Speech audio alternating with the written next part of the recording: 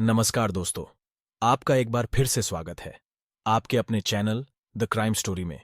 इस चैनल में हम आपको क्राइम की सच्ची घटनाओं के बारे में बताते हैं, ऐसी घटनाएं जो इंसानियत को शर्मसार करती है और हमें बताती है कि कैसे एक इंसान इंसानियत को छोड़ के हैवानियत पर उतर आया है और आपने फायदे के लिए किसी भी हद तक जा सकता है, चाहे वो रास्ता गलत ही क्यों ना हो। ये कहानी 10 सितंबर 2023 की है। 10 सितंबर की सुबह 7 बजे एक शख्स रायपुर पुलिस स्टेशन में फोन करता है और पुलिस वालों को बताता है कि यहां सड़क किनारे एक लड़की की लाश पड़ी है। रायपुर पुलिस स्टेशन का इलाका देहरादून में आता है। फोन आते ही पुलिस की टीम फौरन मौके पर पहुंचती है। लाश को देखकर ऐसा लग रहा था कि जैसे उसे जलाने की कोशिश की गई थी। उसके सिर और जिस्म पर चोट के गहरे निशान थे, लेकिन चेहरा पूरी तरह से जला नहीं था। हुली से लग रहा था कि यह देहरादून की नहीं है। फौरन डॉग स्क्वाड और फोरेंसिक टीम को बुलाया जाता है। फोरेंसिक टीम मौके पर पहुंचती है। जांच में ऐसा कुछ नहीं मिलता जिससे लड़की की पहचान हो सके। लाश के पास एक टॉयलेट क्लीनर की खाली बोतल पड़ी थी। इसके अलावा कोई ऐसी चीज नहीं मिली जिससे उसकी शिनाख्त हो सके। लड़की ने जो कपड़े पहने थे उसे देखकर यह साफ पता लग रहा था कि यह बिल्कुल नई ड्रेस है। अब पुलिस के पास सिर्फ लड़की की लाश, टॉयलेट क्लीनर की खाली बोतल और उसके नए कपड़ों के अलावा कुछ नहीं था। पुलिस के पास इन सबूतों के अलावा कातिल को ढूंढने का कोई और सबूत या सुराग नहीं था। पुलिस के पास अब न कातिल का कोई पता था, न कत्ल करने वाले का पता था और न ही कत्ल करने की वजह पता थी। अब पुलिस को ये सब चीजें पता करनी थीं। पुलिस ने अपना काम शुरू किया। जिस जगह पर यह लाश मिली थी वो शहर से थोड़ी दूर और सुनसान थी। वहां पर आसपास कोई सीसीटीवी कैमरा भी नहीं था।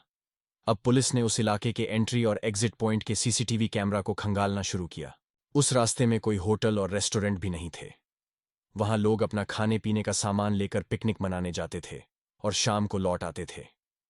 पुलिस को उस लाश के बारे में जो फोन आया था वो सुबह 7 बजे आया था, तो पुलिस ने अनुमान लगाया कि रात 10 बजे के बाद ही इस लाश को फेंका गया होगा, क्योंकि शाम को लोग वापस लौट रहे होते हैं, तो जब सब चले गए होंगे तभी इस लाश को फेंका गया होगा।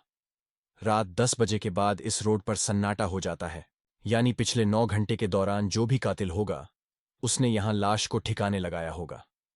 अब पुलिस उस रोड के एंट्री और एग्जिट पॉइंट के सीसीटीवी कैमरों को खंगालना शुरू करती है कि इस रूट से कितनी गाड़ियां गुजरी थीं। उस समय के बीच करीब 240 गाड़ियां इस रूट से गुजरी थीं। इस जांच में 10 सीसीटीवी कैमरों की मदद ली गई। अब जो गाड़ियां वहां गईं वो वापस भी आ रही थीं। चूंकि वो एक पिकनिक स्पॉट था, पुलिस ने किलोमीटर और समय को नापा तो देखा कि उनको एक लगभग तय वक्त लग रहा था। पुलिस ने देखा कि 240 की 240 गाड़ियां सभी वापस आ चुकी थीं। धीरे धीरे उन 240 गाड़ियों को पुलिस ने शॉर्टलिस्ट करना शुरू किया गया। उन 240 गाड़ियों में से अब 18 गाड़ियां शॉर्टलिस्ट हुईं। जो 18 गाड़ियां कहीं ना कहीं शक पैदा कर रही थी, क्योंकि बाकी सभी गाड़ियां किलोमीटर के हिसाब से लगभग 20 मिनट में वापस आ रही थीं, जबकि इन 18 गाड़ियों को 40 से 50 मिनट का समय लगा। तो देरी की वजह से इन 18 गाड़ियों की एक लिस्ट बनाई गई। अब पुलिस की दूसरी टीम लड़की की लाश के पास मिले दूसरे सबूतों की जांच में लगी हुई थी। लड़की की नई ड्रेस से ये पता लगाया गया कि ये जुडियो ब्रांड की ड्रेस थी। ड्रेस के स्टिकर के बारकोड से उस ड्रेस का पता लगाया गया कि वो ड्रेस कहाँ से खरीदी गई थी। देहरादून में जुडियो ब्रांड के 2 ही ऐसे स्टोर हैं जहां पर ये कपड़े मिलते हैं। अब पुलिस दोनों स्टोर्स पर जाती है और उनमें से एक स्टोर से वो कपड़ों का बारकोड मैच हो गया। अब ये पता लगा कि ऐसी ड्रेस 8 लोगों को बेची गई थी। अब पुलिस ने सबकी डेट और टाइमिंग देखी। डेट और टाइमिंग के हिसाब से उस स्टोर के इर्द गिर्द के सीसीटीवी कैमरों को खंगाला गया। धीरे धीरे जब सावधानी से कैमरे को देखा गया तो देखा कि एक लड़की जिसकी लाश मिली थी उसकी हूबहू शक्ल और उसी हुलिये की लड़की स्टोर में आ रही थी। उस लड़की के साथ एक आदमी को भी देखा जाता है।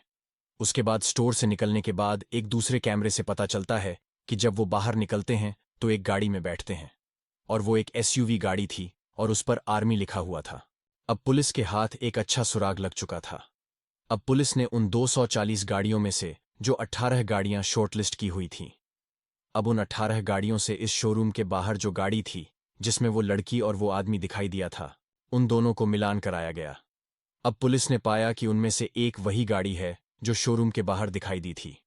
अब पुलिस का शक यकीन में बदल गया और उन्होंने 18 में से 17 गाड़ियों को साइड कर दिया और 18वीं गाड़ी, यानी जिस पर आर्मी लिखा हुआ था, उसी पर फोकस किया।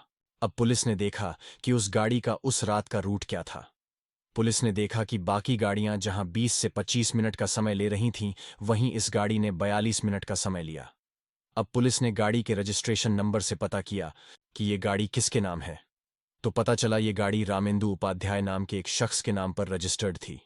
अब पुलिस ने उसका मोबाइल नंबर निकालकर फोन पर कॉल किया तो उसका मोबाइल स्विच ऑफ आ रहा था। अब पुलिस ने पता किया कि ये रामेंदु उपाध्याय कौन है, तो मालूम हुआ कि रामेंदु उपाध्याय देहरादून में पोस्टेड है और लेफ्टिनेंट कर्नल है।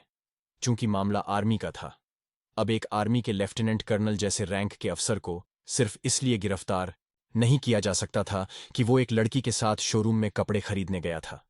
इसलिए पुलिस के सीनियर अफसरों ने कहा कि इतने सबूत काफी नहीं हैं। अब पुलिस की टीम ने उसके दूसरे मोबाइल नंबर का पता लगवाया और उस नंबर की सीडीआर यानी कॉल रिकॉर्ड निकाले। पुलिस वालों ने रामेंदु की लोकेशन निकाली तो पता चला जिस दिन ये लड़की के साथ शॉपिंग कर रहा था तो उसका लोकेशन शोरूम के बाहर का ही था। चूंकि शोरूम के बाहर वो गाड़ी कैप्चर हुई थी, इसका मतलब ये था कि वो गाड़ी रामेंदु ही चला रहा था।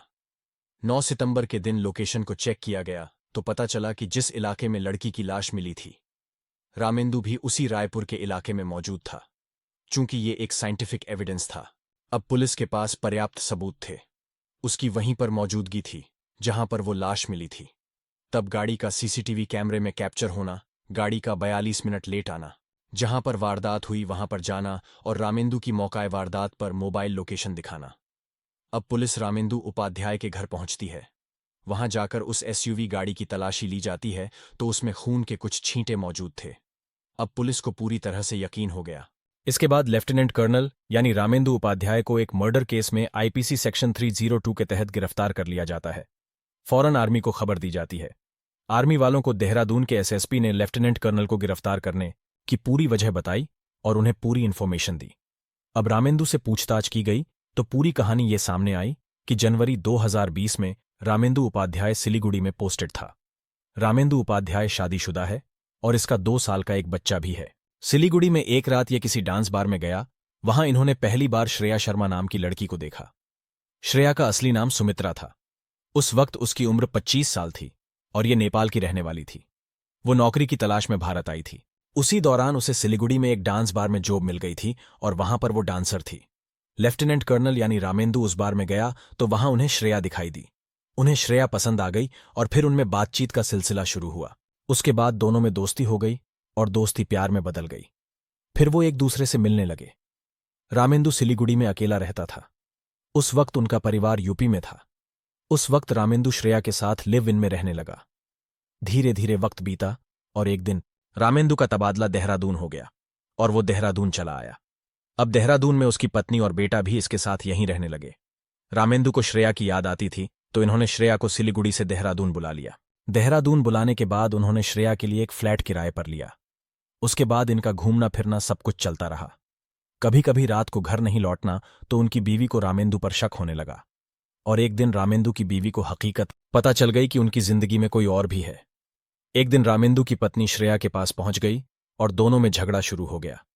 चूंकि अब सारी सच्चाई पता लग चुकी थी तो श्रेया ने लेफ्टिनेंट कर्नल पर शादी के लिए दबाव डालना शुरू कर दिया। रामेंदु ने भी उससे शादी का वादा किया था। अब रामेंदु पत्नी के झगड़ों और श्रेया के दबाव की वजह से परेशान होने लगा। उसके बाद 9 सितंबर को वो श्रेया के फ्लैट पर उससे मिलने जाता है। फ्लैट में दोनों मिलकर शराब पीते हैं। वो जानबूझकर श्रेया को ज्यादा शराब पिलाता है ताकि वो नशे में आ जाए। जब श्रेया नशे में होती है तो रामेंदु उसे लॉन्ग ड्राइव पर चलने को बोलता है। श्रेया मान जाती है और फिर रामेंदु उसे रायपुर की तरफ सुनसान जगह पर ले जाता है। अब रायपुर की सुनसान जगह पर पहुंचने के बाद रात के करीब 11 बजे वो देखता है कि आसपास कोई नहीं है। वो सड़क के किनारे गाड़ी रोकता है और एक हथौड़े से श्रेया के सिर पर वार करता है। श्रेया उसी वक्त वहीं खत्म हो जाती है। वो अपने साथ एक टॉयलेट क्लीनर लेकर आया था जिसमें एसिड होता है। अब वो टॉयलेट क्लीनर को श्रेया के चेहरे पर डालना शुरू करता है ताकि उसका चेहरा पहचानने लायक ना रहे और श्रेया की लाश को वहीं फेंक कर घर लौट आता है। चूंकि लेफ्टिनेंट कर्नल यानी रामेंदु उपाध्याय ने अपना जुर्म कबूल कर लिया तो इसके बाद उसको जेल भेज दिया गया। उधर उनके जेल भेजने के बाद सारी कहानी इंडियन आर्मी को बताई गई। लेफ्टिनेंट कर्नल के बारे में इंडियन आर्मी की तरफ से उनके प्रवक्ता का स्टेटमेंट आया है कि हम देहरादून पुलिस के साथ पूरी तरह से कोऑपरेट करेंगे। अगर देहरादून पुलिस सब कुछ प्रूफ कर देती है तो कम से कम रामेंदु उपाध्याय को उम्र कैद तो जरूर होगी। आज के लिए बस इतना ही। फिलहाल मुझे दीजिए इजाजत। और अगर आपने अभी तक चैनल को सब्सक्राइब नहीं किया है तो प्लीज़ ज़रूर कर ले, ताकि हम आपके लिए ऐसी ही वीडियो लाते रहें। और जल्दी ही मिलते हैं एक और सच्ची घटना के साथ। तब तक के लिए अलविदा। अपना ख्याल रखिए। धन्यवाद।